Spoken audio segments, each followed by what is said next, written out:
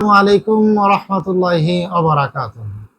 কাছে কিংবা দূরে, দেশে কিংবা প্রবাসে যে যেখানে বসে আমাদের চ্যানেলটি দেখছেন সকলকে জানাই আন্তরিক মোবারকবাদ।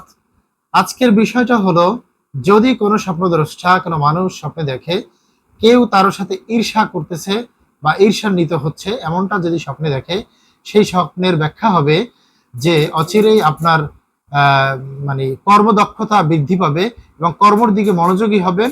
এবং আপনার কর্মদক্ষতা, যদি আপনি ছাত্র হন, লেখাপড়া অবস্থায় থাকেন, তাহলে আপনার লেখাপড়া সামনে আরো আগাবে, লেখাপড়ায় মনোযোগী হবেন।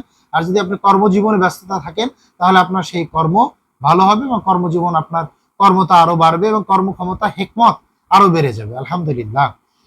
অবশ্যই আমাদের ভিডিওগুলো যদি আপনার ভালো লাগে, আমাদের পাশে থাকবেন, লাইক, কমেন্টস এবং শেয়ার করবেন। অবশ্যই সাবস্ক্রাইব করতে ভুলবেন না। নিয়মিত ভিডিও পেতে আমাদের সাথে থাকবেন, আমাদেরকে অনুপ্রেরণা উৎসাহ দিবেন। আসসালামু আলাইকুম ওয়া রাহমাতুল্লাহি ওয়া বারাকাতুহু।